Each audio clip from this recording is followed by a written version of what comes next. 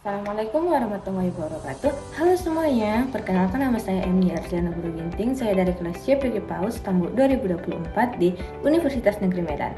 Pada hari ini saya akan menjelaskan mengenai bab 6, yaitu tentang Pancasila sebagai sistem etika. Baik, kita masuk ke pengertian etika. Kalau kita bicara tentang etika, sebenarnya ini adalah bagian dari filsafat yang membahas tentang nilai, norma, dan prinsip moral. Jadi, etika itu membantu kita menentukan apakah suatu tindakan itu baik atau buruk dalam kehidupan bernegara. Etika bukan cuma soal aturan hukum, tapi juga bagaimana kekuasaan digunakan dengan benar.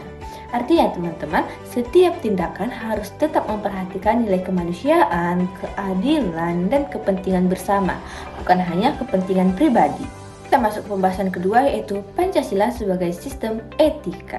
Pancasila bisa disebut sebagai sistem etika karena di dalamnya setiap silanya terdapat nilai-nilai moral yang menjadi pedoman perilaku kita.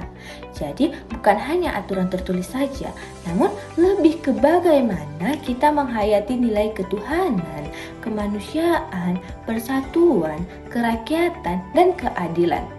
Kalau nilai-nilai ini benar-benar diterapkan, maka Pancasila bisa membentuk karakter bangsa yang berakhlak baik dan menciptakan kehidupan yang berharmonis. Kita masuk ke pentingnya Pancasila. Pentingnya Pancasila sebagai sistem etika. Kenapa Pancasila penting sebagai sistem etika?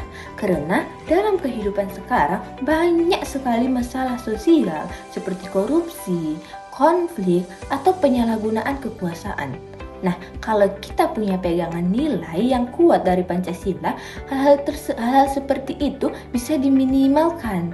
Pancasila membantu kita untuk bersikap jujur, bertanggung jawab, dan adil pastinya.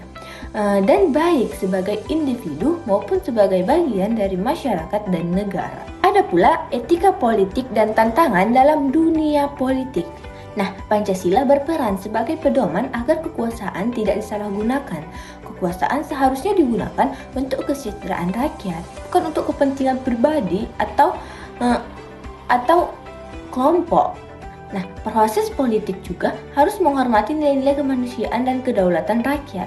Tapi di era sekarang ada banyak tantangan seperti pengaruh globalisasi, penyebaran hoaks, meningkatnya sikap individualisme, dan berkurangnya toleransi. Nah, inilah yang membuat nilai-nilai Pancasila harus semakin diperkuat. Kita masuk ke pembahasannya, itu aktualisasi Pancasila.